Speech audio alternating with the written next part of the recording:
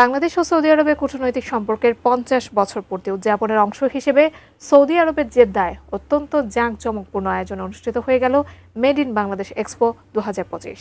জেদ্দার Radisson Blu হোটেলে আয়োজিত এই মেলায় প্রায় $৫ লাখ নিশ্চিত রপ্তানি আদেশ পাওয়া গেছে। বাংলাদেশি পণ্যের বাজার সম্প্রসারণ ও আন্তর্জাতিক বাণিজ্যে এই এক্সপো একটি গুরুত্বপূর্ণ মাইল ফলক হিসেবে কাজ করবে বলে মনে করছেন সংশ্লিষ্টরা। এক্সপো শেষে আয়োজিত মিট দ্য প্রেস অনুষ্ঠানে আয়োজকরা জানান, মেলা থেকে এবার $৪,৭৫,০০০ রপ্তানি আদেশ মিলেছে। এছাড়া রিয়েল এস্টেট ও হসপিটালিটি খাতে $৫,৪৬,০০০ বিনিয়োগের আশ্বাস পাওয়া গেছে।